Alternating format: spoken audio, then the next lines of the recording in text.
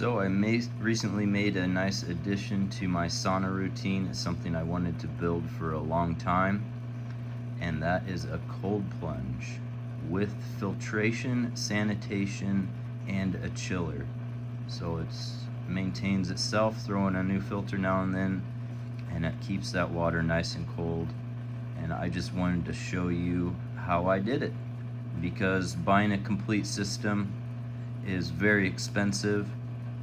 The ones that were more affordable didn't seem like it had the sanitation or the quality that I wanted.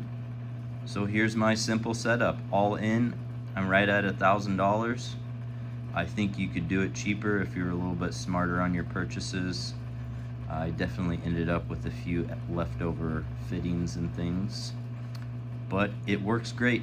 I've used it all summer. We're now into winter. I don't use it quite as much, but definitely a couple times a week, and it's still running strong. I haven't had any issues. I will show you how I did it. First is the cooler box.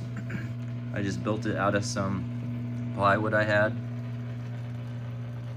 through a couple of vents on the side and a bigger one on the back. If I were to do it again, I would buy two of these bigger ones and just put them on each end, because that chiller in the summer can create quite a bit of heat.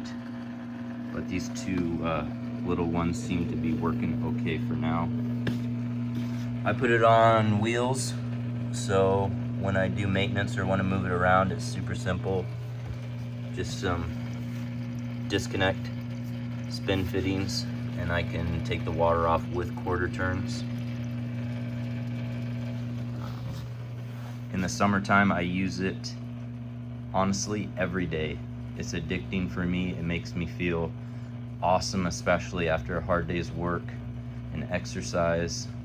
It just resets me. It's like having 2 cups of coffee without the jitters. It's pretty amazing. I'll show you inside my chiller box.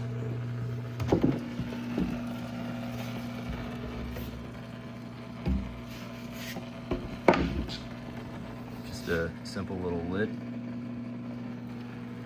I have the Rosita 3rd horsepower filter set at 45 with about a 2 or 3 degree difference that it'll jump around at.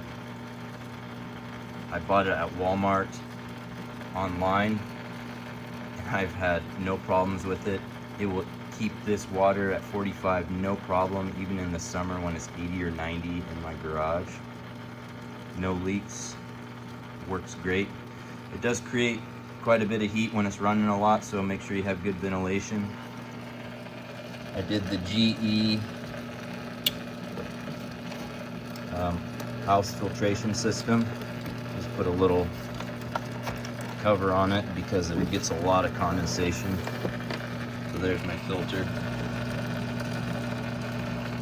And I insulated the pipes that I could, and once again, quick connect fittings in case I have to do something. I got the ozone maker.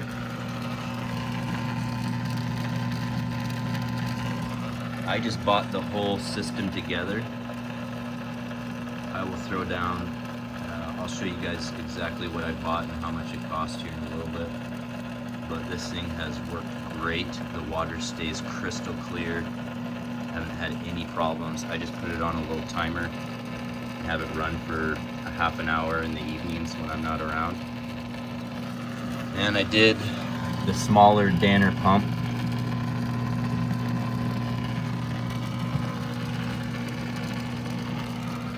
I need to clean up the electrical a little bit, and I want to put an outlet where I can just plug in the extension cord on the outside. But so far it's working good. You can hear that the pump makes a little bit of sound, so I don't think I'd want it in my house, but out in the garage is totally fine.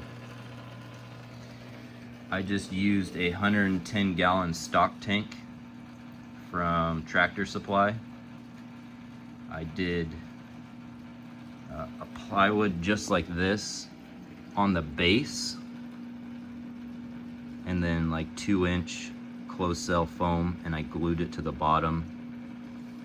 Spray foam around the whole outside, trimmed it down, And this, just use some vinyl tape to wrap it around. I was gonna enclose the whole thing, but I didn't really want to mess with it, and I wasn't sure how well it'd hold up.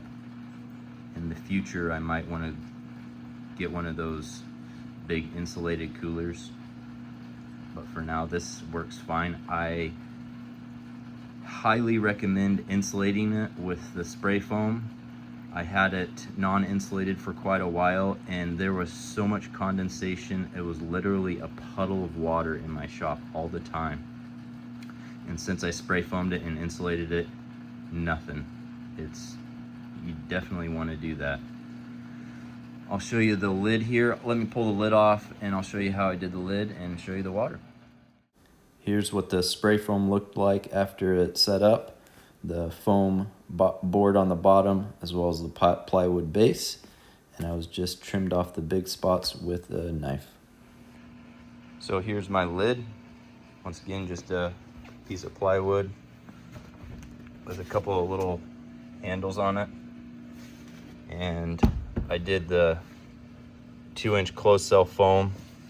So right here, there's a piece of plywood. So I took the closed cell foam and screwed it and glued it to the plywood, then wrapped it in a little tarp, cheap tarp, and then screwed it from the top in so it holds it nice and tight. And I can even take it off, replace that tarp, and it fits nice and snug in around the edge. So as you can see, crystal clear water. There's nothing in it. I just used it yesterday.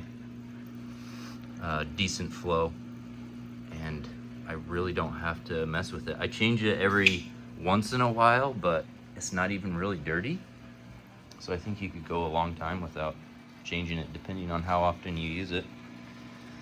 If I were to do it again, I think I might go with the bigger Danner pump just to get some more flow, and maybe try to reduce some of the angled fittings that I'm using.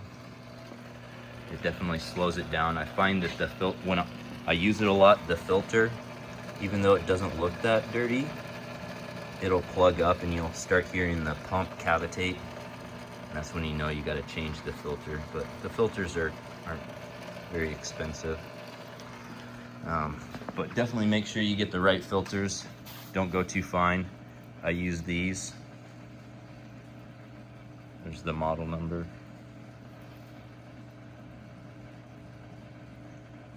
And it's the 50 micron ones. I use the GE house filter. And these work pretty good. They keep all the little debris and hair and all that stuff. It catches it perfectly. I used the Great Stuff Gaps and Cracks. This is pretty cheap. I used 8 cans, so not too bad. And if you're gonna do it, get the foam beaks. I got them on Amazon. You just put it right on the end of the nozzle and it makes a nice wide spray pattern that makes it way easier. So definitely worth it. And you can clean these out and reuse them. I did several times. So let me break down some of the parts I used. See you in a minute. This is the chiller I used, the Rosita 3rd horsepower I got on Walmart, $239. Can't really beat it. It works great. 3/4 female pipe thread on the top. It'll keep it at 45 even when it's 90 out, no problem. I'm impressed with it for the price point. Wouldn't be afraid to buy it again. This is the ozone generator I bought on Amazon. It comes with everything. It has quick connects on the end. Once again, 3/4 PVC you can put in right on the ends. Mounting system, keeps the water clean. The filters I got on Amazon, 50 micron, and you can swap them out pretty easily. Comes in a nice 4-pack. This is the stock tank I used, 110 gallon for $120 at Tractor Supply. It's been working great. The filtration system, that's a GE. I got at Home Depot. It has a water shut off and bypass. It's been working just fine. and the PVC flexible pipe I used. I would highly recommend this. It works great. It's very sturdy, high quality. I had to order it on homedepot.com and they just shipped it to me. Insulation board, picked up a sheet at Home Depot for the lid and the base. And this is the tape I got on Amazon that I just ended up wrapping all the insulation in to keep the water off. I'll probably do something different in the future to enclose it, but this is working okay for now. Here's my Danner water pump, $950, I think it's $119. It's been working good. If I were to do it again, I might buy the higher flow one just to have some better flow inside the tub and overcome the restrictions that I have. Overall, the system has been working great. I love it, especially in the summer. It makes me feel great, and I haven't really had any issues. If you have any questions or comments, let me know below. Thanks for watching.